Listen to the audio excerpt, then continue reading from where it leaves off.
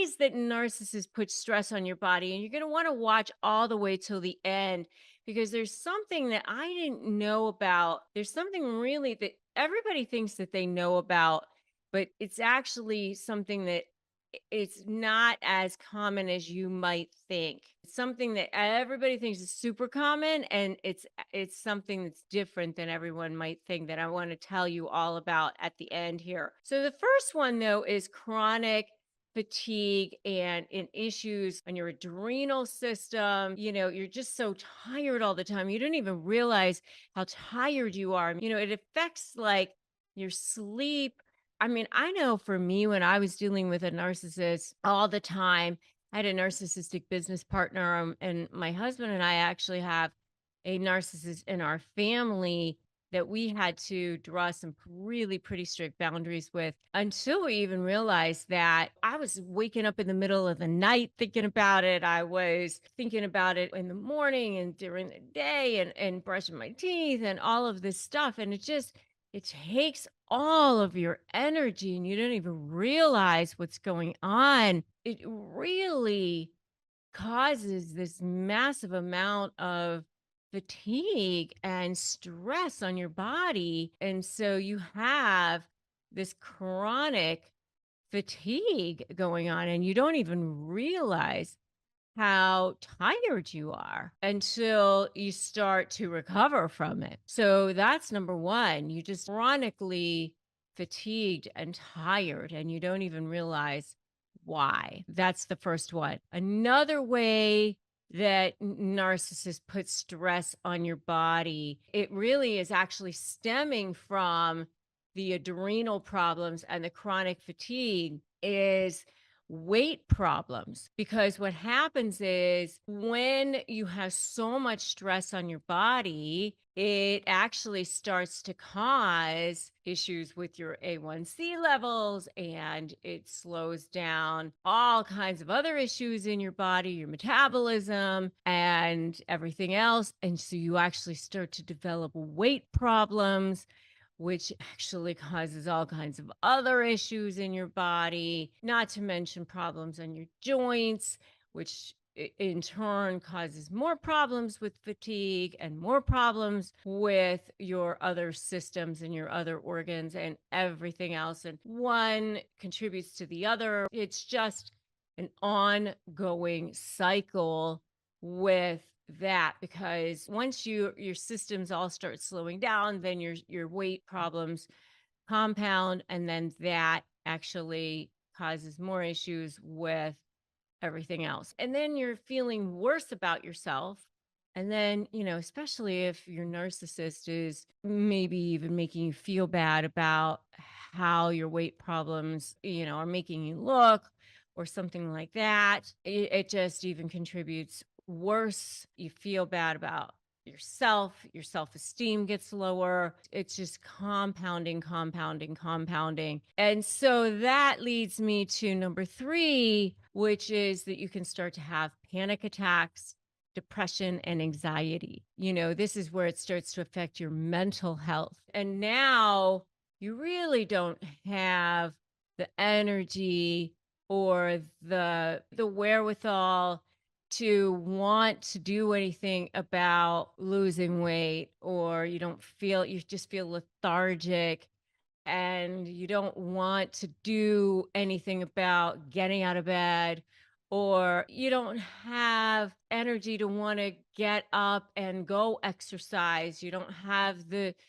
joy or the lightness or this feeling in your body. I mean, vibrationally, your energy levels, I mean, you can actually measure in hertz how you're feeling. And the lower level of emotions are actually lower vibrational as far as how you measure. So, feelings such as sadness or anger or regret, those lower level feelings are actually lower vibrational energies.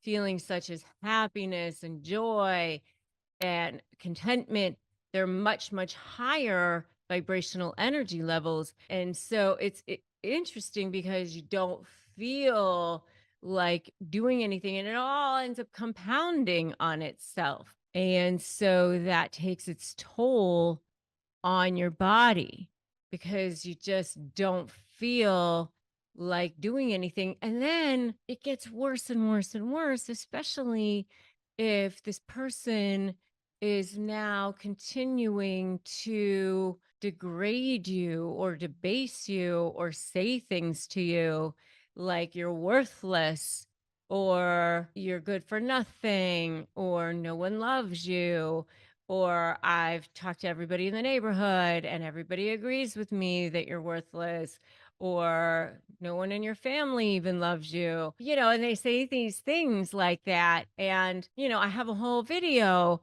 on the kinds of phrases that narcissists use, narcissists' favorite phrases, which you can definitely check out. They say these things, by the way, because they don't feel good about themselves. They hate themselves. And, you need to take care of yourself and you need to have self care. And I have a whole video on self care to cope with narcissists, which you should definitely check out. And so they lie to you. They say these things because they feel like crap about themselves and they hate themselves. And, the way people treat other people is always a reflection of the way they feel about themselves. It has nothing to do with you, and you can't take it personally.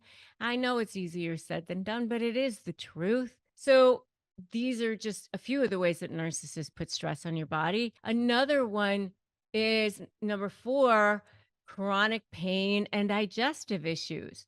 You can start to develop issues with autoimmune diseases, irritable bowel syndrome, fibromyalgia, lupus, all sorts of issues like that. I've heard many people talk about those kinds of things to me. And, that's a major problem, which is why you definitely need to start taking care of yourself, even if it's just breathing exercises, somatic exercises, put your hand on your heart, put your hand on your stomach in the morning and say, I am healthy, I am loved, I am at peace. Just start doing those kinds of things. Start at least a few times a day, stop and take some deep breaths. And when you're in stress, you don't realize that you start breathing in a much more shallow way.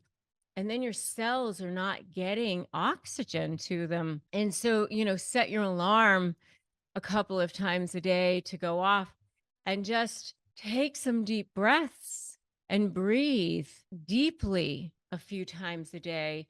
Just even that will make a huge difference for you.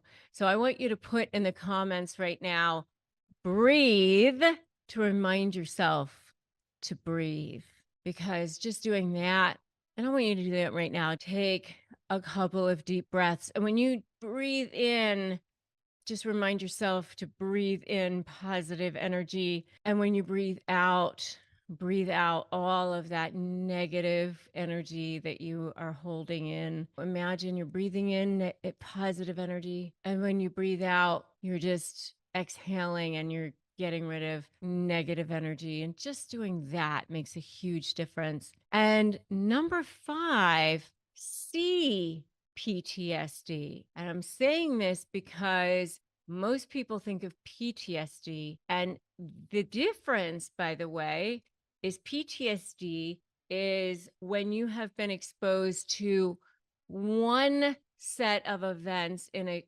quick manner.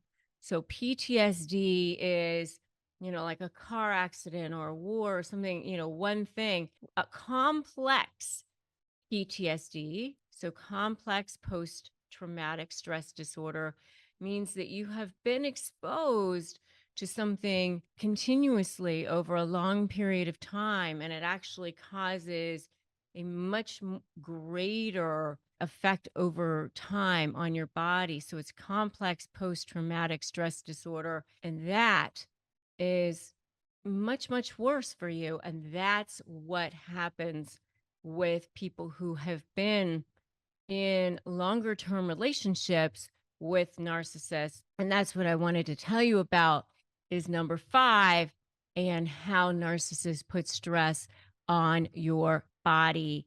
And that is why it is so important that you take care of yourself That is why it is so important that you do look for an exit plan when it comes to narcissists.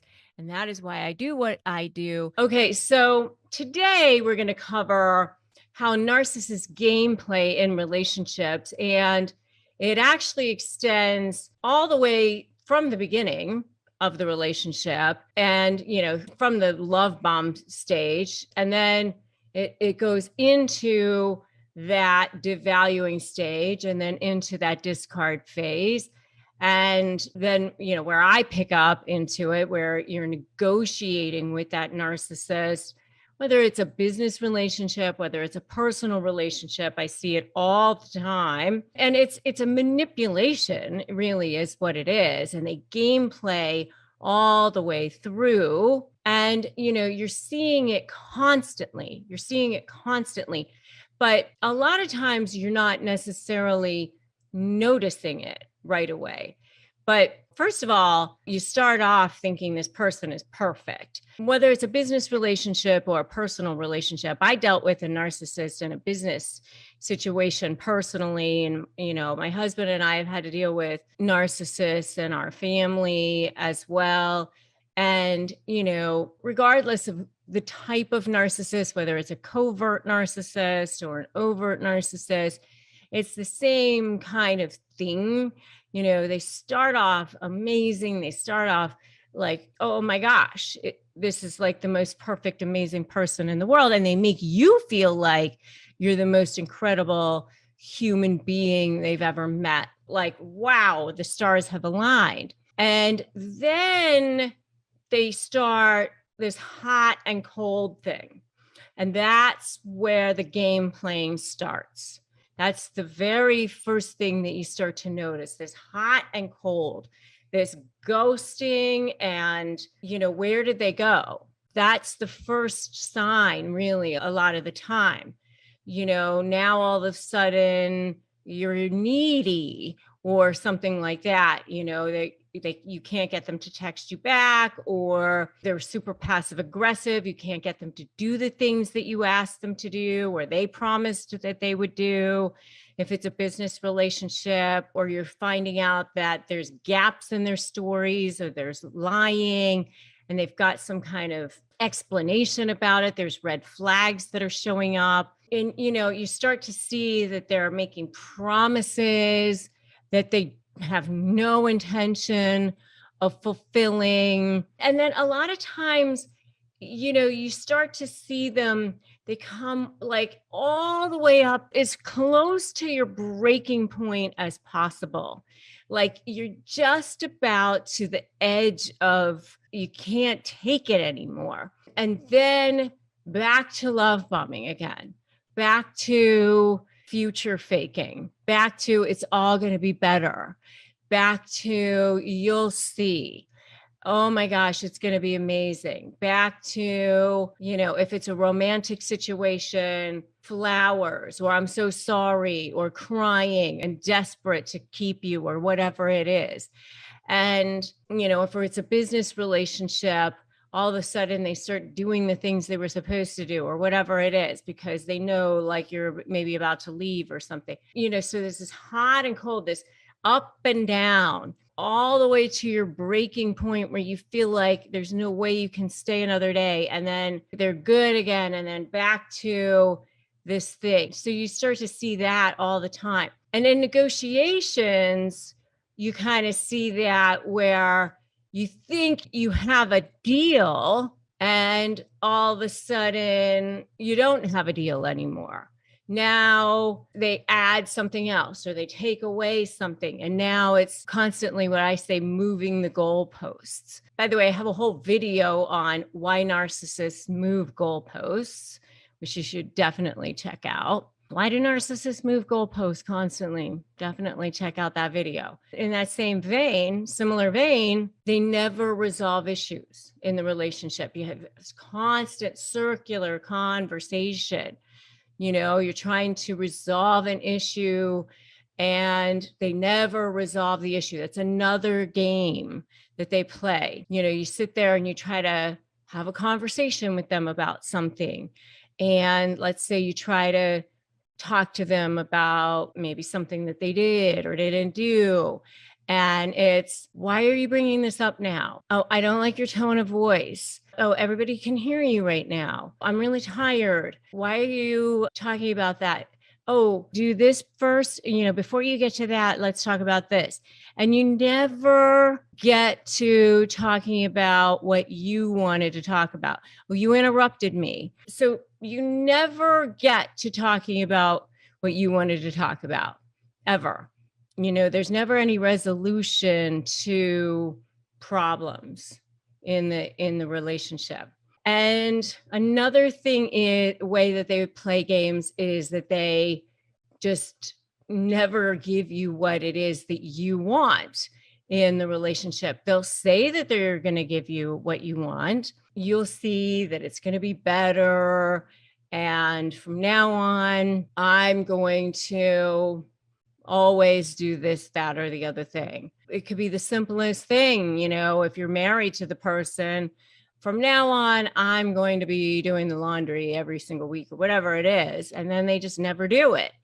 And, well, this week I had that, and this week I had this, and it just never happens. And why are you always on my back? Whatever it is, it just never happens. By the way, if you are seeing what I'm seeing and you totally are resonating with this so far, give me a totally in the comments. Just write totally in the comments. So those are the, some of the game playing that they do so far, and then a lot of times it's just that they'll just raise their voice. You're trying to talk to them, and the more you try to talk to them about something, they'll just raise their voice, or they'll use hand gestures. They might even get physical with you because they just don't want to hear what you have to say. Or maybe they'll just walk away because they don't want to hear what you have to say. Maybe they just won't even text you back. Maybe they'll just completely ghost you because they don't want to hear what you have to say. So that's another way that they will game play you. They're just completely manipulating you constantly. So, they're toying with your feelings. It's just hot and cold constantly. You don't ever get what you want. They get what they want because they're constantly controlling you, game playing with you, and you just constantly feel used, abused, emotionally wrecked, and everything is your fault. Everything is, put on you. You're constantly being made to feel guilty. You're the one who's irresponsible, lazy, the problem in the relationship, and everything's always turned back on you. And, that's the way they manipulate. That's the way they game play. So, those are just some of the things. Those are just some of the ways that narcissists game play in relationships, romantic, business, personal. They act the same, whether it's covert, overt, doesn't matter. They act like that in any, and when they are negotiating, it's the same thing, only it's even more heightened. And that's why I specialize in this, because you cannot negotiate with a narcissist in a regular, reasonable person way. The regular rules of negotiation just simply do not work with narcissists. So what mind games do they play with your emotions? See, narcissists and empaths, they seem to find each other, right? Because they see you, they spot you, they know that you are this kind person. They know you're a good person. They know that you feel like you can help them, that you can love them back to health. You see that they're like hurting, and maybe you can fill that black hole within them. You can't run the other way. It's not going to help. Okay, stop thinking that you can do that. All right. So one of the things that they do, number one, is they gaslight. They gaslight you. You know what gaslighting is? Gaslighting is they make you question your reality. They make you question your sanity, because they actually make you question your own mind, like your own senses, your own eyesight. the things that you're seeing with your own brain, your own eyes, or your own ears. Here's what I mean by this: your own reality. I'm going to give you an example. I didn't know you were going away this weekend. You never told me that. Oh, yeah. We had a whole conversation about that. You agreed. And what? I don't remember that. Oh, yeah. We talked about that and you agreed. And you have no memory of that, but they'll make you believe that you did. And you have no memory of that whatsoever. That's gaslighting. And I know I've mentioned this before, but for those of you who maybe haven't seen some of my other videos, it comes from the movie Gaslight from the 30s, where the husband was actually trying to make the wife think that she was crazy. And what he would do is blow out gas lights, and she would say, "Wasn't that just lit?" And he would say, no, it wasn't. And he was literally trying to make her think she was crazy. And that's where it comes from. And that's what gaslighting is. Okay. So gaslighting is literally trying to make somebody question their own reality by thinking that they're crazy. Okay, so that's what gaslighting is, and that's what number one is. And if you want to know more about narcissistic gaslighting phrases, you can definitely check out my video on that. And if you are so ready to shut down gaslighting, put "shut them down" in the comments below, because it is so insidious.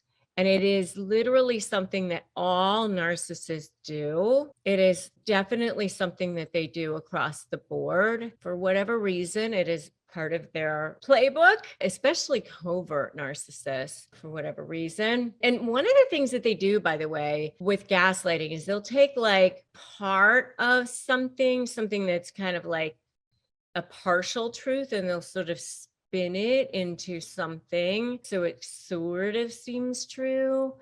And so it really kind of makes you question your reality in that way. It's so really icky. So definitely shut them down, right? All right, so number two is projection. And projection is accusing the empath of what they themselves are doing. I have a whole video, by the way, on how narcissists tell on themselves. And this is definitely something that they do. But this is a way that they definitely play with empaths' emotions this way. They are accusing you of what they themselves are doing. And it is so confusing. And it is definitely one of the games that they play. So projection and deflection is definitely something that they do, by the way, when they get caught in a lie. So that's number two. Number three is diversion. And diversion is something that they also do when they're trying to get you off track, when they are being attacked personally. And so this is something that you definitely see when you're trying to talk to them about something, where they will say, "I don't like the way you said that. I don't like how you said that. I don't like when you brought that up. How come you brought that up then?" And then the whole conversation, instead of being about what you wanted to talk about, ends up all being about when you brought it up, how you brought it up, your tone, all about that, or that you came in at that time, or that you were wearing that coat, or how you hung up that coat, or what that you brought in that particular thing at that time, or how you walked into the room. And it's all about something else. And you never get to the point of what you wanted to talk about ever. So that's number three, which is diversion. Number four is triangulation, which is where they bring in third parties to validate their point of view or to attack you. And this is something that they do a lot. And I talk about this in my videos on their favorite catchphrases, which is everybody else thinks or no one else thinks. And this is really, really to isolate you and make you feel like you are just the most stupid person or the most horrible person, or you're awful in so many ways. And they are the smartest and they are the best, and you might as well just give it up. They don't even necessarily have to bring in that person to actually bring in that person, but they invoke that other person's name in some way, or people. Okay. So triangulation. And so you believe that there's this like other army of people against you that believes that you're awful and believes that they're wonderful. So that's triangulation. And number 5 is victim playing. So pretending like they're the ones that are suffering in such a bad state, and especially if it's at your hands, like you caused it, making you feel guilty, especially if you ever did anything bad to them, just playing this victim. Covert narcissists are very, very famous for this at all times, really, really playing this suffering victim person that you have to either take care of them, feel guilty. So victim playing is definitely a mind game that narcissists play with emotions. And no one loves me, or you don't love me, or you don't take care of me. So victim playing is definitely a mind game that narcissists play with emotions. Okay, by the end of this video, you're going to have 7 ways that you can 100% rely on narcissists. There's lots of things that you can rely on narcissists not to do, but what can you 100% rely on them to do? Okay, number one, you can 100% rely on them to ruin special occasions. And why is that? Why do they love to ruin special occasions? Well, they don't want to see you getting the attention. They hate when you are getting attention or other people are getting attention. I mean, that's just the bottom line. There is a supreme example in the whole Will Smith, Jada situation. I'm telling you, what a better example than right there. Here it was, the pinnacle of his career. He is supposed to get his Oscar and Chris Rock is there. He's supposed to make jokes about celebrities. That's his job. And, I get that this is my opinion, but, he makes a joke about Jada's bald head. And everybody knows at this point that 2 days before the Oscars, she had made a TikTok video that said, I don't give 2 craps about this bald head. She said she didn't care about it. Chris Rock says something about the bald head, and everybody's laughing, including Will Smith. And what happens? She gives him the look. If you had read Will Smith's book, you know that he was triggered by that because he didn't protect his mom, or he felt like he was supposed to have protected his mom when he was 5 years old, 6 years old, 7 years old. And his father, he had beaten his mom when he was a kid, and he felt like he should have been able to protect her. And so when Jada gave him the look, he was triggered by that. And so there he goes, and he goes up there and he does this thing, and she ruins that special occasion for him. But I've done other videos on YouTube about that, why narcissists love to ruin holidays. I highly encourage you to check those out. Why do narcissists love to ruin holidays? Why do they love to ruin your birthday? Because they can't stand for other people to be getting that attention. They just absolutely drives them crazy because other people are taking that supply away from them. So you can 100% rely on a narcissist to ruin special occasions. That's number 1. Number 2, the next thing that you can 100% rely on a narcissist to do is treat strangers better than you. You can 100% rely on that. because it's that face, right? That outward thing, where they are 100% want to look better than to the outside world. That's that diamond level supply that I talk about. That is more important to them than what's going on inside, because, they don't have that internal sense of value. So they're constantly trying to feed their emptiness inside and trying to feed it from external sources is better than internal sources. And so, because they already have you right there, and they can treat you poorly, degrading you, debasing you, and controlling you, and they get a sense of supply from that as well. So that's another form of supply that they're already getting from you.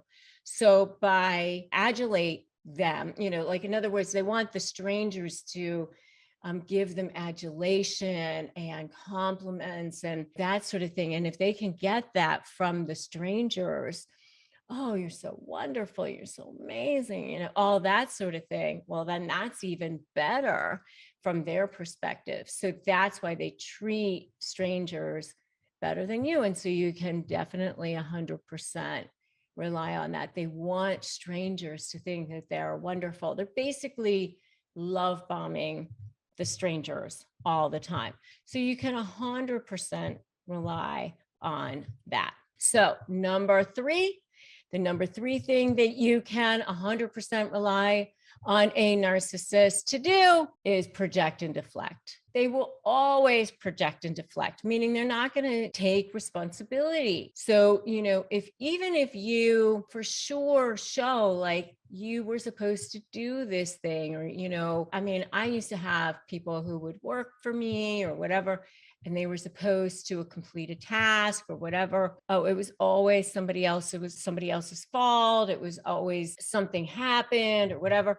They can never, ever, ever take responsibility, project and deflect it, or it's your fault. If you had just been better, or if this had just happened or whatever, they can never, ever, ever take responsibility. And part of that is because they don't have any sense of self-worth. They don't have any sense of value.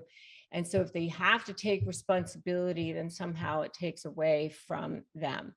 So that's number three. Number four is what I call lying and denying. It's very closely related to projecting and deflecting, but it's a little bit different.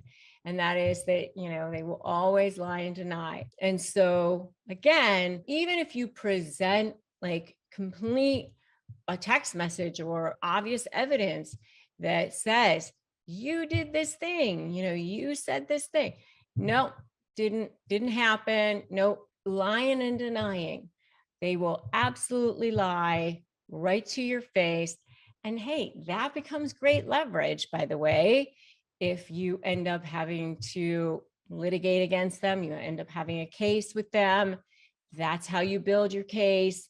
That's how you start building your summaries. That's how you start building your leverage, which is what I teach you guys.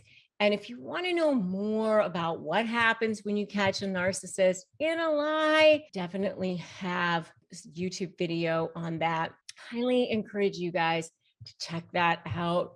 And if you agree with me so far, highly encourage you, write amen in the comments here, because you know that what I'm saying is true so far, right? I know you guys have seen this. So, 100% you can rely on a narcissist to do these things so far, right? All right. So the number five thing that you can 100% rely on a narcissist to do is gaslight. All narcissists gaslight. Whether you're dealing with a covert narcissist, a grandiose narcissist, a malignant narcissist, whatever supreme kind of narcissist you're dealing with, you can 100% rely on a narcissist to gaslight. They all gaslight. So what is gaslighting? Gaslighting is when they're trying to make you think you're crazy. They literally are trying to basically say that what you're seeing with your eyes, what you're hearing with your ears, what you're experiencing with your senses is not true, is not happening, is not what you're experiencing. And it literally eventually makes you think that you're crazy. I mean, I've been honest and candid with you guys in the sense that I have dealt with narcissists in my own life, not just in my law practice, which obviously I've seen a ton of them in my law practice as well, but I've had to deal with a couple of covert narcissists in my personal life. I had one as a business partner, and my husband and I had one in our family. And, you know, I've personally had to deal with gaslighting, and it's really just insane when you're experiencing this gaslighting, when you know you've had a conversation with somebody and they literally come back and say, oh, we talked about that, don't you remember? And you know you didn't have that conversation, or you know that the conversation was something different than what you talked about. It's crazy. Or when they're presenting something that's completely different. I've actually seen it in court. I've actually seen lawyers who will say, this is what the court order said, and the court order says something completely different. And even when presented with what the court order actually says, they'll say, well, I know that's what it says, but that's not what it says. And trying to convince the judge that it says something different, even though in black and white, it'll say something different, just to try to see if they can get the judge to be convinced. And sometimes the judge will be convinced. I mean, it's pretty powerful, this gaslighting sometimes. So it's a scary kind of a tactic when somebody can be that influential, and especially when they're working on that person all the time. It's a tactic to destabilize you. It's a control tactic, and they've used it daily, day in and day out over time and over years. It can definitely be very, very effective. So that's number 5, and that's gaslighting. So number 6 of the 7 things that you can 100% rely on a narcissist to do is love bombing. And I also include in here, this number 6, future faking, narcissist faux apologies. You know, some people say apologies. I call them faux apologies, FAOU, because they're fake apologies, which they use when they're needed. It's all a manipulation. Everything is a manipulation.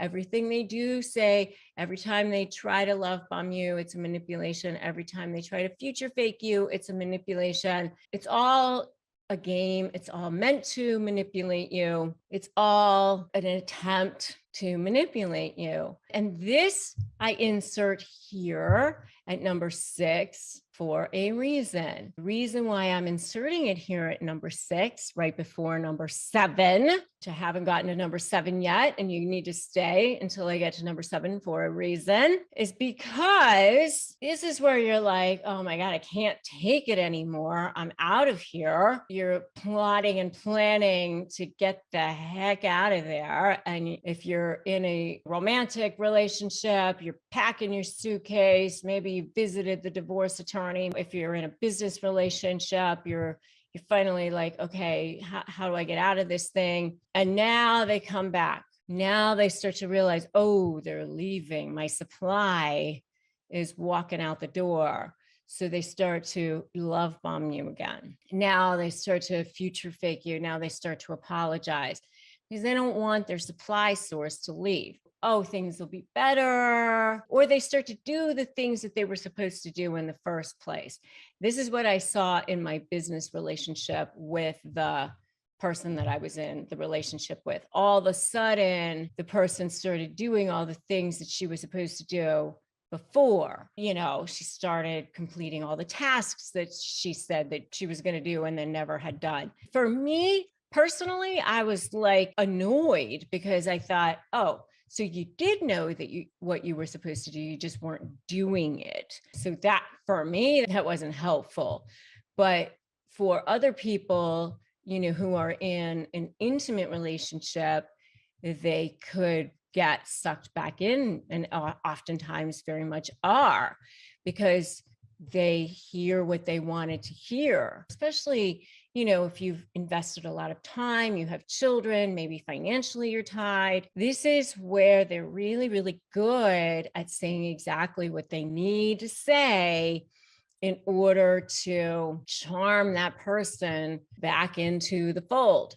So 100% you can rely on a narcissist to get that person back, because they don't want to see their supply source gone. Not that they love you. Don't confuse number 6, the love bombing, the future faking, or the faux apology, with love. And it can be very, very confusing. Don't confuse this with they actually have affection for you, they love you, they want you, or anything like that. This is definitely a manipulation. All right, number 7, we made it to number 7. Number 7 is you can 100% rely on them to drain the life out of you, because they are sucking all of that energy from you.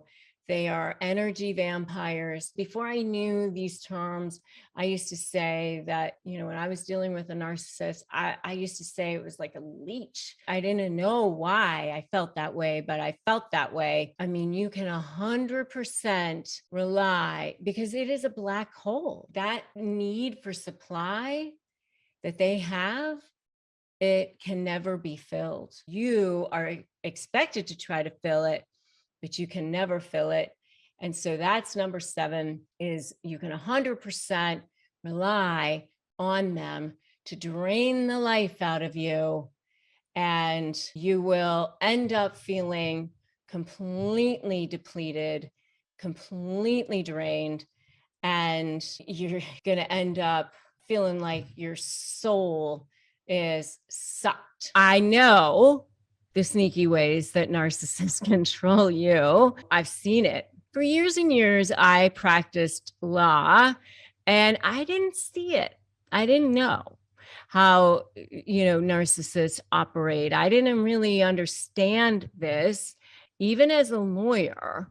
It was really not until I dealt with it as somebody who was in a partnership with somebody in a business endeavor, separate and apart from my law practice, that I really started to dive into learning about narcissists. And I had been lecturing all over the country on negotiation. I had even written a book on negotiation, and I had been a keynote speaker at an American Bar Association event, and, all of this on negotiation, but I sure as heck didn't know that much about narcissism. And I didn't know the sneaky ways that narcissists control you. And that's why the majority of attorneys in this country really don't understand narcissism. And it really wasn't until I realized I was dealing with a narcissist myself in a business situation that I really started to dive into learning about narcissism and reading a lot of books on narcissism. And that's when I started to apply what I was learning about narcissism to some of my cases when I was still practicing full on.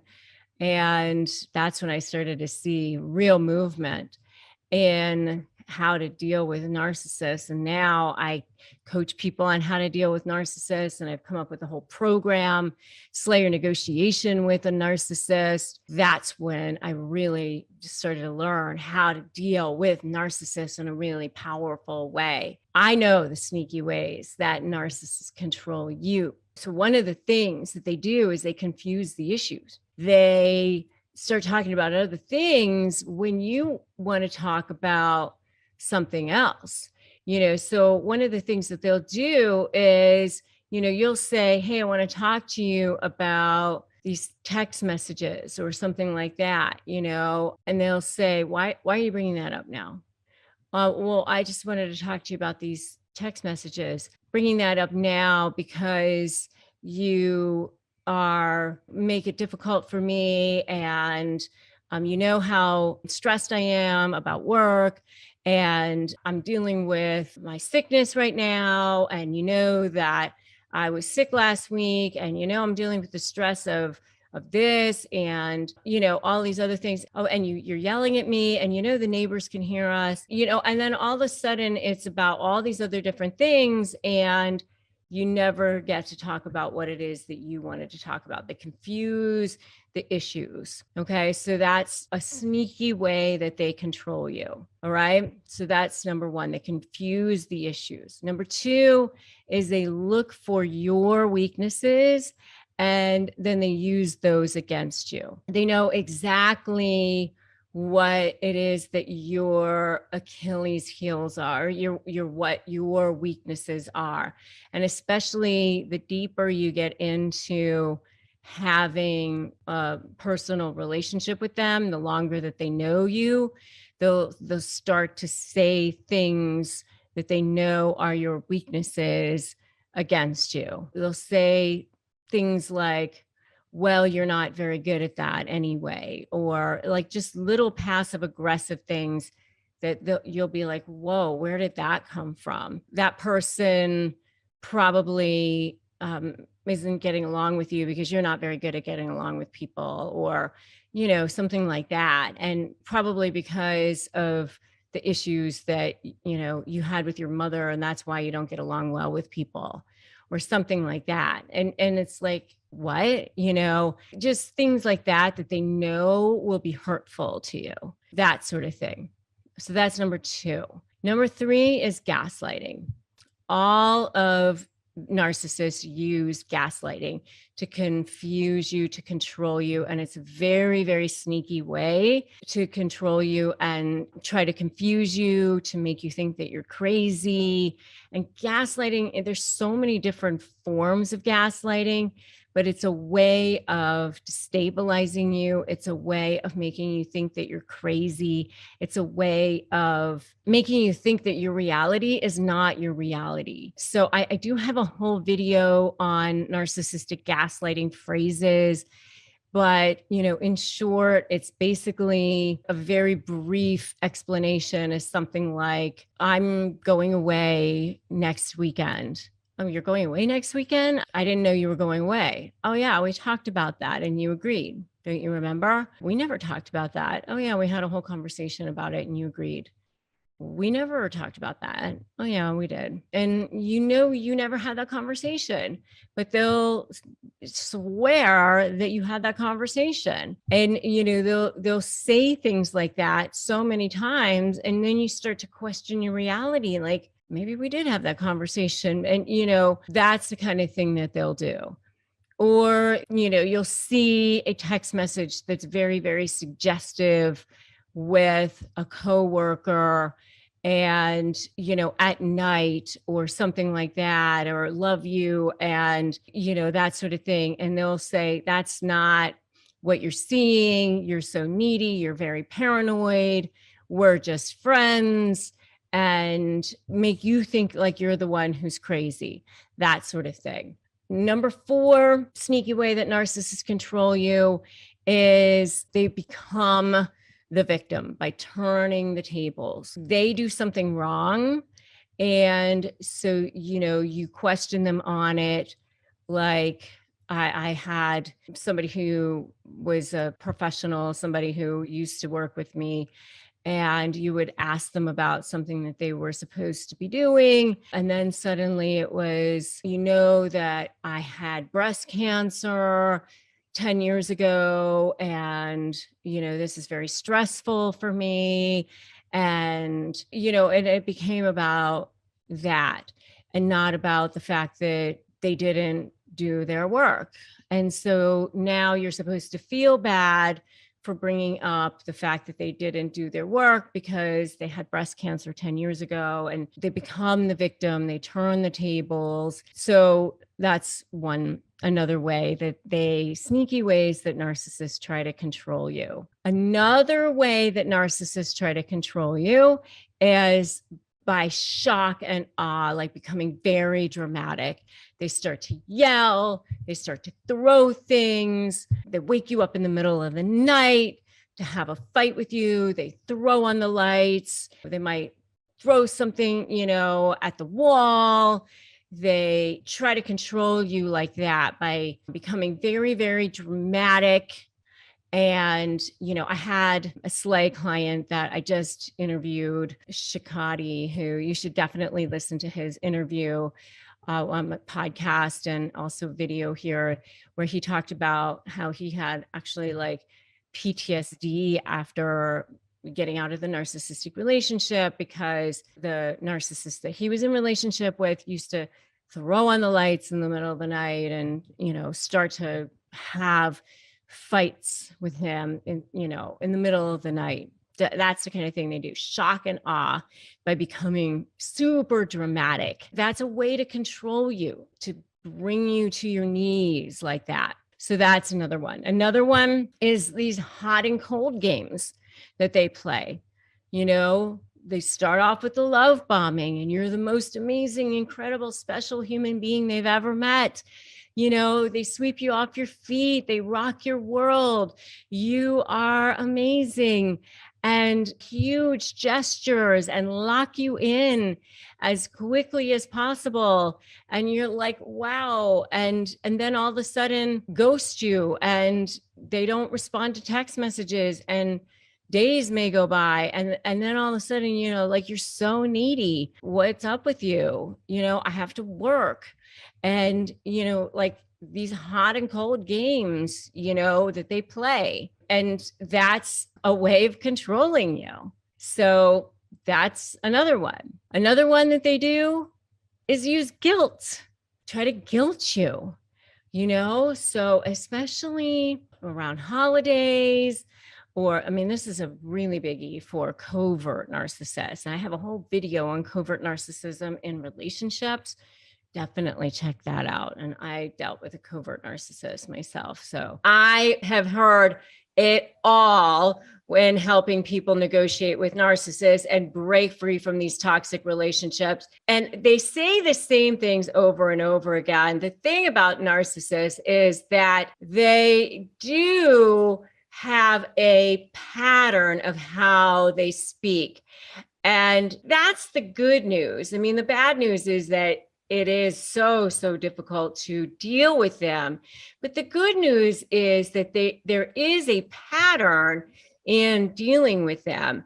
And so if you're kind of wondering, am I dealing with a narcissist? Is it true? Is this person that I'm trying to manage, communicate with, negotiate with a narcissist? Well, check out this video and you'll know by the end of this video. And make sure you watch all the way to the end, because I do have 7 different phrases here, and all of them taken together are, kind of a checklist for you. So you can kind of see, taken together, is this person a narcissist that I'm dealing with? Okay. And as I said, I've helped millions of people through this channel, thousands of people through my practice in coaching people through negotiations, through my law practice. So I definitely have seen it all.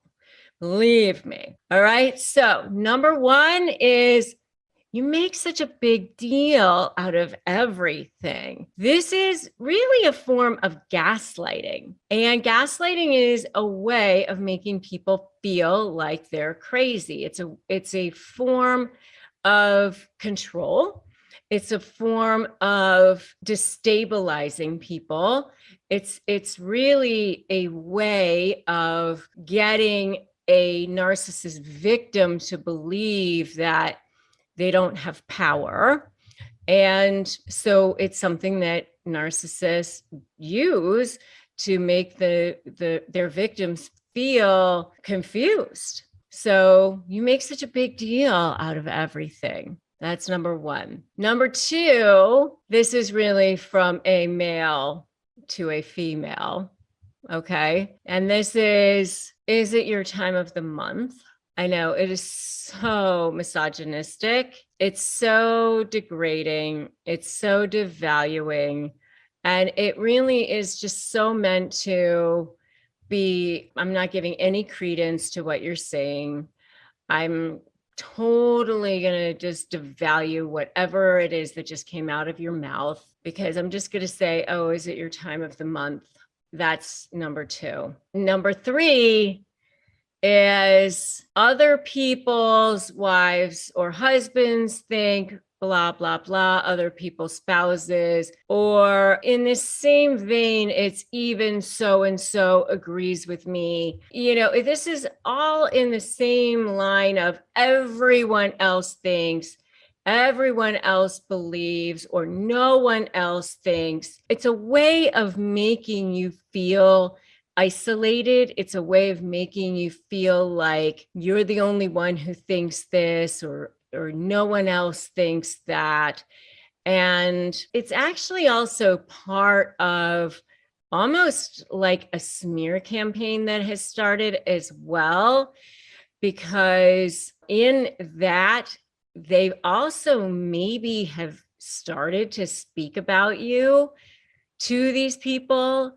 And during the discard phase, you do see the birth of the smear campaign as well. And I do have a whole video on how to shut down the narcissist smear campaign, which I highly recommend that you check out, because sometimes the smear campaign can actually start long before you even know the discard phase has started, where they started planting seeds long before. They started saying things about you long before that aren't even necessarily where I'm saying something bad about the person. They couch it in terms of concern.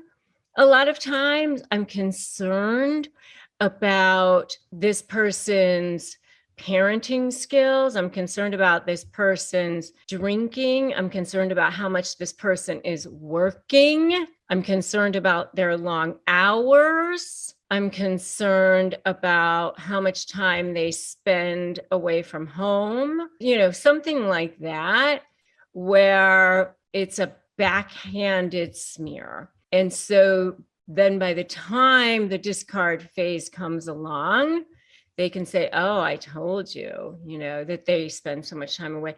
So that by the time it comes time to go into a custody phase or something like that, they can say, oh, I told you that they were never around, or I told you they were a terrible parent, or whatever. Even so-and-so agrees with me that you were never around and that you're a terrible parent.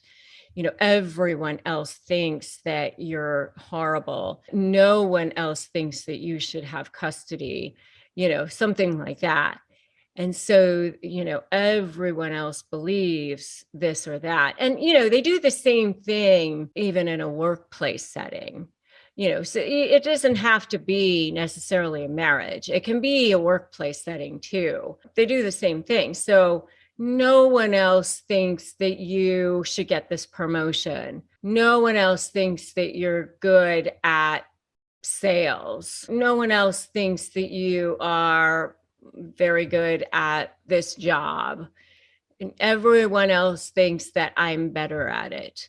That sort of thing. I mean, it's the same principle. You can take this same principle and apply it across the board to whatever it is that we're talking about. So that's number 3. Number 4 is, why are you bringing this up now? So what they do is they take whatever it is that you are trying to bring up and they attack what you're talking about. They attack your tone, the timing, when you're bringing it up, where you're bringing it up, so that you never get to bring up the topic of what you're bringing up, so that you're never heard, because then you feel totally frustrated. You never feel like you matter then. It's a way of devaluing you. It's a way of disrespecting you. If you think that this is so true so far,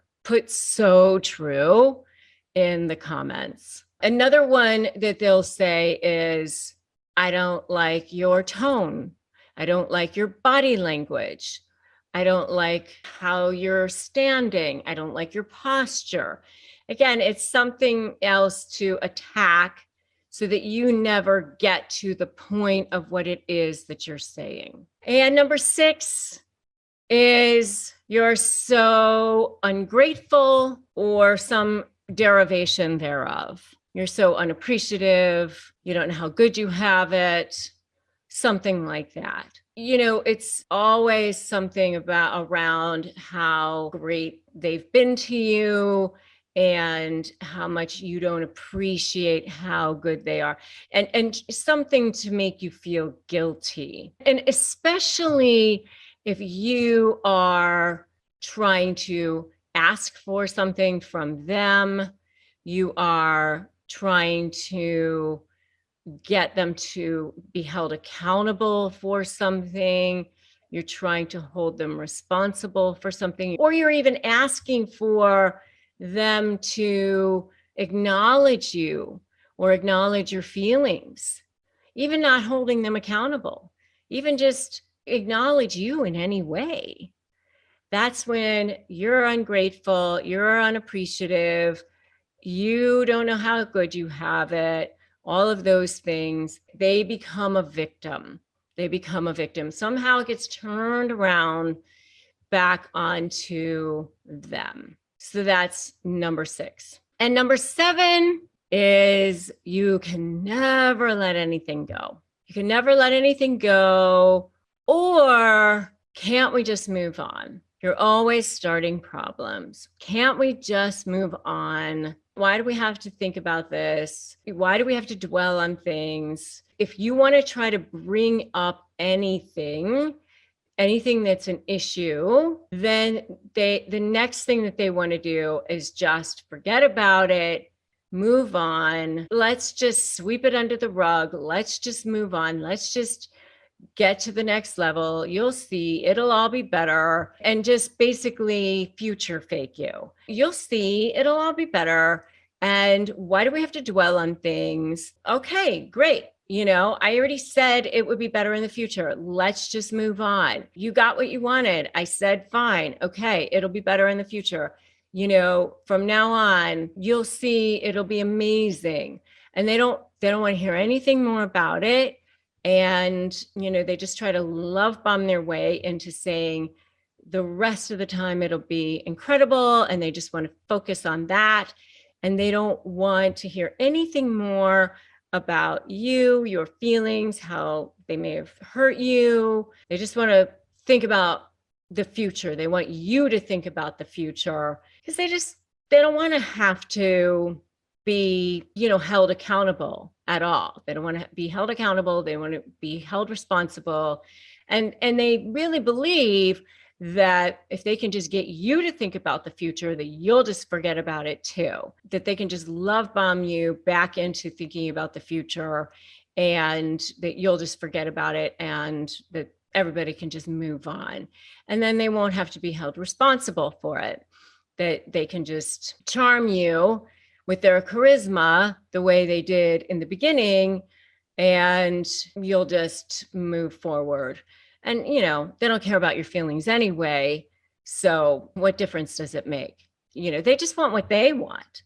They want you to be pushing your feelings back into their direction. They don't want to have to spend any time giving anything into your direction. So let's talk about phrases that narcissists use to control you. There are a lot of different ones that they use, but the good news for you is that narcissists actually do use the same types of phrases that in all different sorts of situations. I mean, the one thing I often say is that they're horrible, they're heinous, they're toxic, but it's almost like they use the same playbook. They are actually pretty predictable in their behavior. Are there different types of narcissists? Absolutely there are. There are covert narcissists, there are grandiose narcissists, there are malignant narcissists. And by the way, if you want to know more about covert narcissism in relationships, I do have a whole video on that. I do believe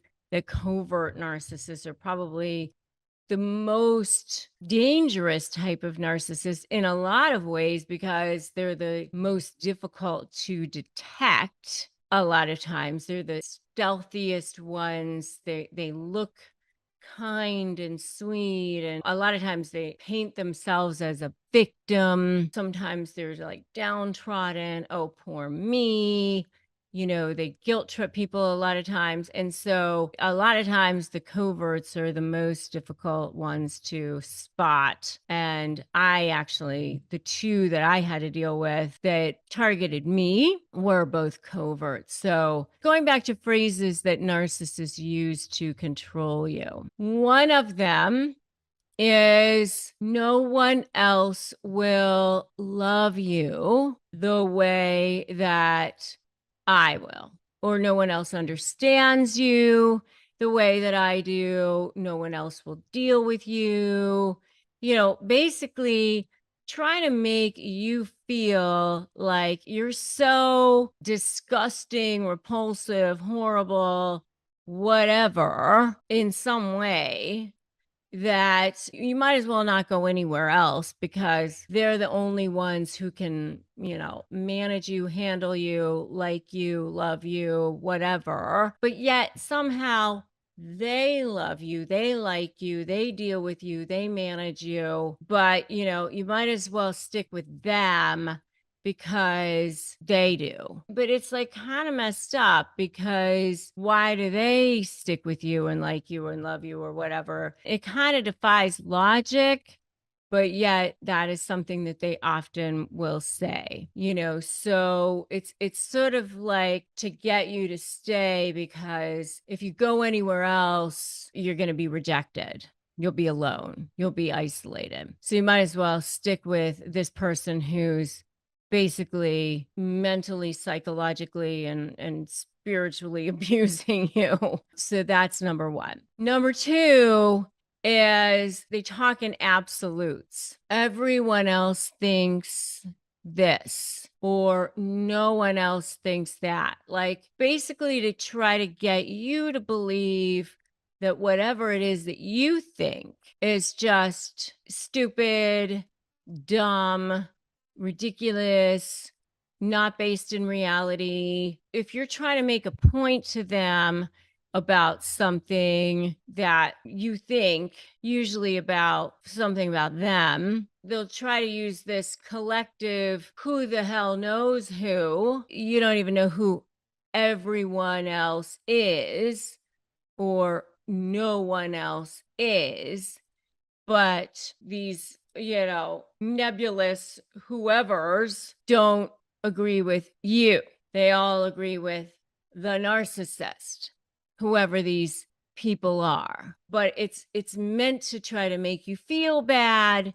It's meant to try to make you feel like your opinion is completely discredited, invalidated, means nothing, and therefore you shouldn't have it because, whoever their flying monkeys are, they all are lined up with them and against you. So that's another kind of phrase that narcissists use to control you. Another type of phrase that narcissists use to control you, and there are going to be several of these. We're going to go into the types of phrases that narcissists use within the gaslighting realm. By the way, I do have a whole video on how to shut down gaslighting, which you should definitely check out as well. But so these are the types of phrases that narcissists will use to make you think that you're crazy, because gaslighting is meant to make you think that you're crazy. It's meant to make you feel like whatever it is that you're thinking isn't true, to make you question your mind, to make you question your reality, to make you question what it is that you believe that you saw or you heard, or what you're seeing isn't what you're seeing or what you're hearing isn't what you're hearing, or what the conversation is that you believe took place isn't what you took place. Your feelings aren't your feelings. That's what gaslighting is. So they will say things in the gaslighting realm, such as, you're oversensitive. So you're oversensitive is to invalidate your feelings. So if you are feeling hurt about something that took place, then they'll say you're oversensitive. You shouldn't be hurt about that. That's meant to invalidate your feelings. Another gaslighting phrase is something like, we talked about that, and this is what we agreed to. You agreed to this, don't you remember? And you'll be like, we didn't agree to that. We never had that conversation. We agreed to this, or that conversation never took place at all. They will change the details of a conversation, or they'll basically say that you agreed to something that never took place whatsoever. That's total gaslighting. You'll say, you said this, and they'll say, I never said that. I never said that at all. Again, that's gaslighting. They'll say things like, you're delusional, when you're trying to say something about how something took place, or how you're feeling about something, or your perception of something that's happening. You're delusional. I mean, that's totally meant to just say you're crazy. I mean, that's straight up gaslighting. Straight up gaslighting. You know, if you see a text message between somebody and a coworker, you know, maybe it's your husband and a coworker that looks flirtatious or something, and, you know, it doesn't look totally appropriate. You're just jealous. And it turns out maybe you weren't just jealous. Maybe there was something going on between them. That's all gaslighting. Those are all gaslighting types of phrases. You know, they're designed to make you think that you're crazy. Another type of gaslighting is in conversation, where you're trying to have a conversation with them and you'll say, I want to talk to you about, you know, these text messages that I saw. And they'll say, why are you bringing that up now? And you say, well, when would be a good time? And they'll say, oh, I don't like your tone. Well, I didn't raise my voice. Yes, you did. You just raised your voice. And now I can't talk to you because you're raising your voice at me. And now you can't get to the point of it because they keep interrupting you about that. Oh, now you just interrupted me. Oh, now it's about this. Oh, now it's about that. And you can never get to the actual point of the conversation because they keep talking about other things. And, you know, they'll bring up something else, or they'll bring up something else, or they'll bring up something else. Again, you know, project, deflect, lie, deny. If you've seen any of this so far, I would love to see a totally in the comments, because I'm sure that you guys have seen some of this so far. Okay. And then the next kinds of phrases that narcissists will use to control you are what I call guilt trip phrases. Guilt trip phrases. And you will definitely see this with covert narcissists. This is so much, you know, because of the victim mentality with covert narcissists. I mean, this is the one thing that you always see with covert narcissists. And I have a whole video on the one thing you always see with covert narcissists. You should definitely check it out. So guilt trip phrases. This is like, especially if you try to leave a covert narcissist, you try to leave a narcissist, you know, they might try to say things like, I would die if you leave, or don't leave the family. I would commit suicide if you leave, or you can't leave the family. Oh, I can't believe you're spending time over there. I can't believe you wouldn't be with the family. And so they'll try to guilt trip you, you know, so that you don't do the kinds of things that you want to do. They'll try to make you feel bad about having a life or doing other things or that.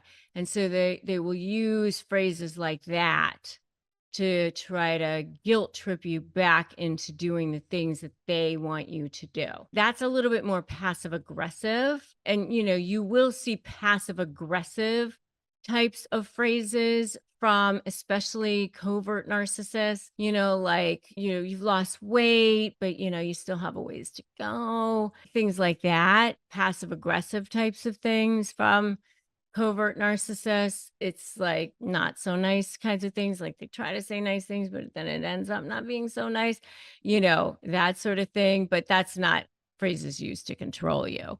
Those are just passive aggressive types of things. But that's another whole story. But this video and this podcast is really focused on the phrases that narcissists use to control you. So, sex and narcissists. This is one of the lesser discussed, less talked about, less information is available on how narcissists actually use sex to control their victims. But it is absolutely happening, and it's something that we should be discussing more. In fact, sex is one of the most common ways that narcissists use to gaslight their victims. It's highly personal, it's very insidious, extremely toxic. Nobody knows what's happening because it's happening behind closed doors. So it's one of those areas that no one's going to see, which makes it a perfect way for narcissists to abuse their victims. It's highly personal, it's extremely embarrassing for people. So people just end up not talking about it, or maybe they just actually think that there's something wrong with them, because that's what the narcissist wants you to believe. If you think that this is a really crappy way for narcissists to control their targets, give me a "they suck" in the comments. Narcissists use many different ways to psychologically abuse their targets. If you want to know more about the different types of tactics that narcissists employ for control, check out my video on narcissist manipulation tactics. Because sex is such an important part of who we are as human beings, and especially with your romantic partner, you want to feel attractive, you want to feel like your romantic partner desires you. And so, of course, because that's something that you want, it's a perfect place for the narcissist to make sure that they control you and coerce you in this area. So the people who are in relationship with narcissists end up feeling used, abused, discarded. You end up feeling less desirable, or maybe not desirable at all. What happens in the bedroom when you're in relationship with a narcissist is that your needs are completely irrelevant, just the same as they are anywhere else. They set you up so that you feel like there's something wrong with you, and you end up feeling ashamed, and it affects your confidence, and it affects your self-worth. And it's something that ends up being so private and so personal that you end up feeling very, very isolated, because it's embarrassing. You don't want to have to admit to your friends or your family or even to a therapist that maybe your spouse doesn't want you, doesn't desire you, or that maybe you no longer desire that person because of the way they've made you feel, because of the way they've made your needs completely irrelevant. When you're in a sexual relationship with a narcissist, they communicate to you the message that your pleasure isn't important, that only their pleasure matters. And they subtly let you know that if you want pleasure, or if you want anything out of the romantic relationship, that you're being greedy, or maybe that there's something wrong with you for wanting that. But the bottom line is, what's really going on is that narcissists use it as a form of supply. Because remember, narcissists have no inner sense of value. They have to derive all of their value from the external. And that external value that they're sucking from all the people around them, we call narcissistic supply. It's their oxygen, it's what they feed on, it's their food. Because they're constantly trying to feed this beast and layer on this external value to slap onto the fact that they have no inner sense of internal value, and they have no ability to care for another person. So if they have no ability to have empathy or care for another person, it does not make them good sexual partners, because they certainly don't care about your needs, your desires, your wants. So narcissists use sex as a form of narcissistic supply. Remember that supply can come in the form of, big house, big car, the best schools, the right friends, the prestigious job. But narcissistic supply can also come in the form of control, gaslighting, devaluing, debasing, cutting people down, minimalizing them, marginalizing them, and making them think that they're crazy. So here you are in a situation where it's the most vulnerable. When you have a sexual relationship with somebody, it's a very, very vulnerable thing. It's a very vulnerable position to be putting yourself into. And so whenever you expose vulnerability to a narcissist, that becomes an excellent place for them to go after. Because anytime you show weakness or show something that you want to a narcissist, that becomes an immediate place for them to target. They're always looking for weaknesses, always looking, trolling, looking for ways to control people.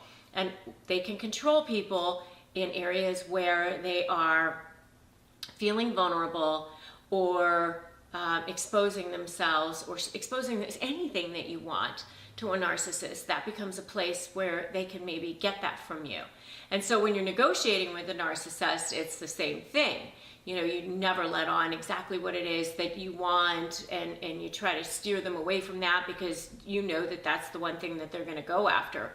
But in a sexual relationship, you can't really play those games as much. I mean, you're in a sexual relationship, so you want to feel desirable. You want to feel like your partner wants to give you pleasure, and vice versa. That's the whole basis of a sexual relationship. But when you're in partnership with a narcissist, you're never going to get that. Just the same as any of the relationship with the narcissist. The sexual part is actually just one component.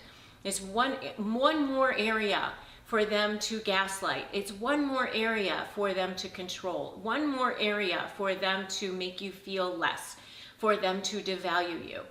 But it becomes very, very personal, and it hurts way down into your soul, because you don't feel desired by the one person you want to feel desired by.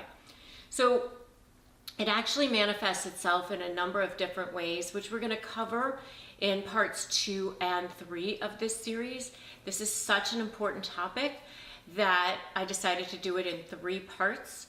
And today was just the first part, where we're just kind of giving you the basis of what's really going on in a sexual relationship with a narcissist. Okay, so let's talk about how narcissists set you up before you even realize it. First of all, right at the beginning, they start off by love bombing you like crazy, even if it's a business relationship. I know, I did the same thing. I was in a business relationship with a narcissist. I fell prey to it. Actually, I was voted one of the top 1% of attorneys in the country by U.S. News and World Report and all sorts of other very venerated magazines and organizations that, you don't pay, like real ones.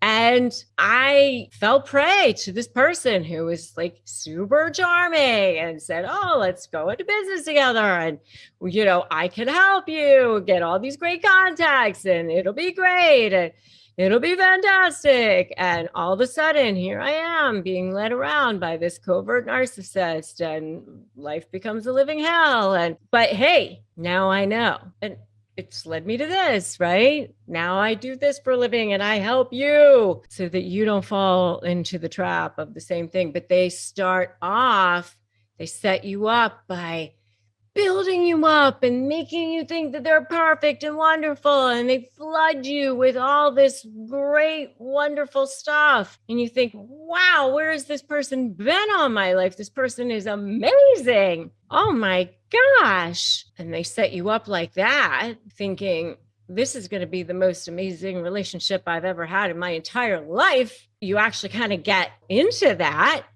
And especially if it's a romantic relationship, you kind of get used to that. You want that, and you kind of get addicted to that. And then all of a sudden, boom, where did that go? They pull the rug out from you, or they start devaluing you. And these red flags start showing up right away. The lying and denying and the projection and the deflection and all that craziness starts happening. But by the time that starts happening, they've already moved in, or their names are in your bank account, or you start making excuses for them. That happened because of this, or, you start to try to figure out what's going on, right? And they're conditioning you. They've been conditioning you from the beginning to see if you were going to be a good form of supply. So they set you up.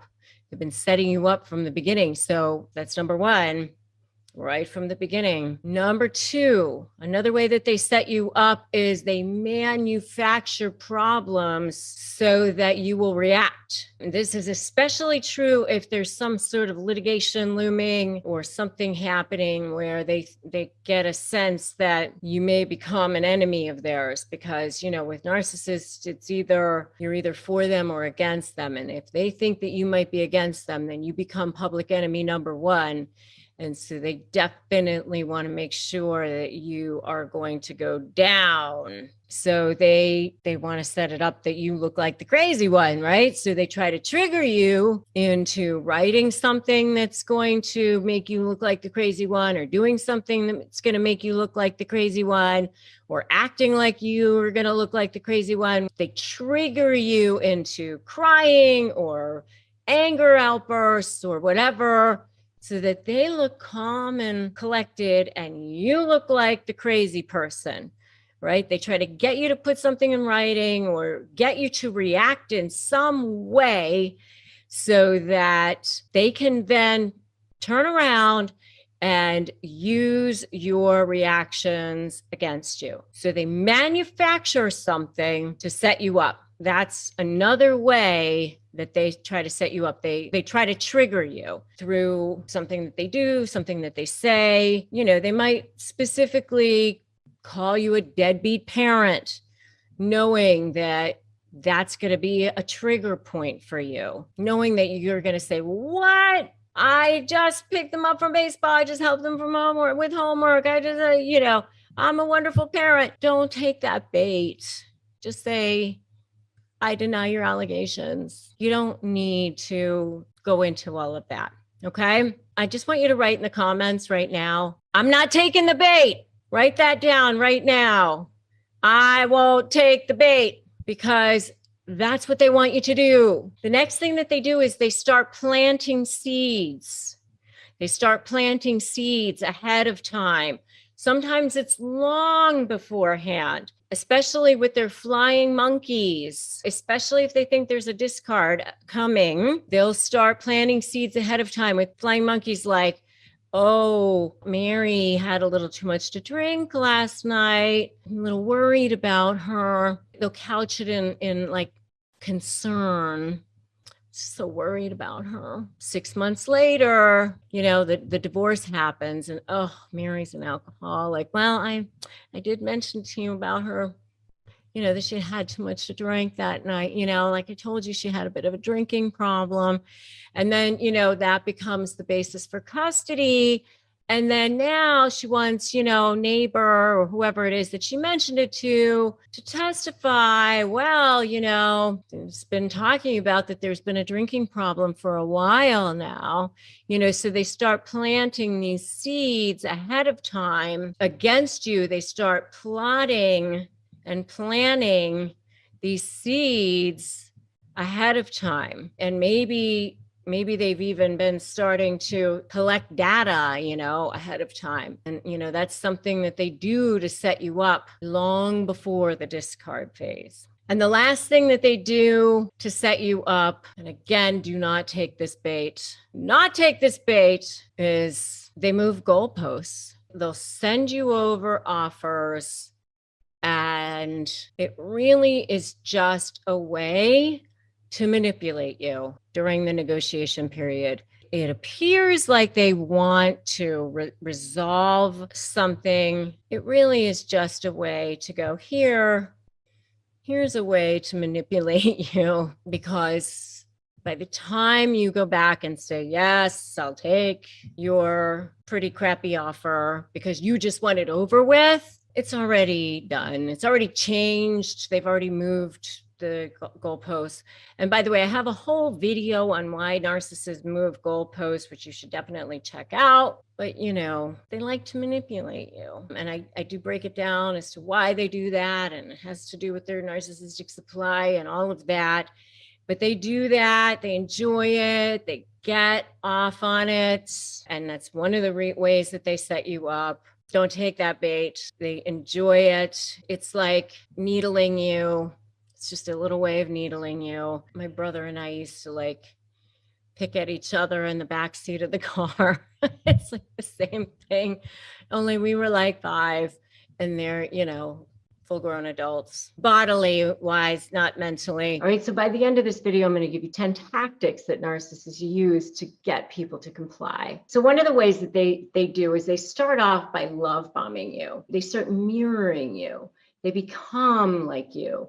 They want you to think that they're just like you. All right. So they even talk like you. They look like you. They even dress like you, sometimes super weird. So that's number one. They actually study you and they try to be just like you. Oh my God, you must be like my soulmate. Whether it's in business or your neighbor or whatever, they make it seem like you're just like long lost soulmates. So that's number one. They train you to comply by seeming at the beginning like you were meant for each other. That's number one. Number two, the next thing they do is this intermittent reinforcement, this hot and cold. And there's actually a study done by this psychologist named Robert Shapiro, and he did this study on monkeys, where if these monkeys got a reward every single time, the monkeys didn't even really care. But if they got a reward intermittently, just the anticipation that they were going to get a reward caused the dopamine levels in their brain to rise to the level of cocaine. Like they were so excited about maybe they were going to get a reward. And the fact that narcissists, they go from hot, super hot, love bomb, to immediately cold, ghosting. Who are you? What are you doing? To, oh my God, love bomb, future fake, we'll be together. Cold again. That intermittent reinforcement, that is a way to train you to comply. All right. Hot and cold, number two. Number three, isolating you. They start isolating you from the people who love you. I'm the one that loves you the most. I'm the one that gives you the most. Nobody else cares about you like I do. Isolating you from your family and friends. Number four way narcissists use to train you to comply is passive aggression. Covert narcissists, they love this. I've seen this myself personally, unfortunately. Ugh. Passive aggression. They say they're going to do something, then they don't do it. You've lost so much weight. I mean, you look pretty good for a big girl. Very passive aggressive. So that's number four. The number 5 way tactic that narcissists use to train you to comply: micro manipulations. Little ways of micro manipulating you, getting you to do things that you don't want to do, forcing you to, you didn't really mean that, DMing you little things in your DM box. Oh, I didn't really mean for you to see that. Dropping little drama bombs. Oh, I don't know if I'm going to be able to make it. My doctor wasn't sure. Oh, I didn't mean for you to see that. Well, I know you don't really care. Little micro manipulations, little things like that. That's another tactic that narcissists use to train you to comply. Number 6 is gaslighting. All narcissists love the gaslighting. You're so oversensitive. You're misrepresenting the facts. You are misremembering. We talked about that, don't you remember? And I have a whole video on narcissists' favorite gaslighting phrases. You definitely check that one out. They all love the gaslighting. Number seven. Number seven is I was only joking, which is a form of gaslighting, but I definitely wanted to highlight it because it is so egregious. When you add like ha to the end of a sentence that is super hurtful, it doesn't make it funny. And I've so seen this with so many narcissists that I really wanted to just specifically highlight it because they definitely use this to train you to comply. It is definitely a tactic that they use, and it's just not good. It's not funny, and it is something that they use to train you to comply. And if you don't think it's funny, I want you to put that in the comments. It's not funny. Number 8. The number 8 way that they use to train you to comply is guilt. Well, I guess I'll just stay here by myself while you go off for the holidays, and I'll just be over here alone. Number 9 is playing the victim. Coverts love to play the victim. It's not fair. It's not fair. It's not fair that you get this and I don't. Or I'm so sick. Or things never go my way. Life is terrible to me. We all have our lessons in life. We should not be playing the victim. Narcissists love to play the victim. Number 10 tactic that narcissists use to train you to comply. Narcissists love them some flying monkeys.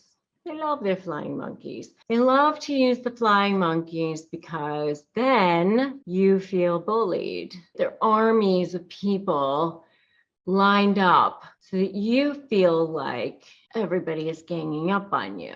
Here's the thing that was like kind of like the aha moment for me. The flying monkeys don't always know that they're being like recruited sometimes. Like a lot of times the flying monkeys are kind of being love bombed by the narcissist too. They're not like in on it a lot of times. So you kind of like can't always like even blame them. Sometimes it is what it is. You just gotta like get away from the whole toxic thing. Like sage yourself, sage everything about you, and just get away from the whole thing.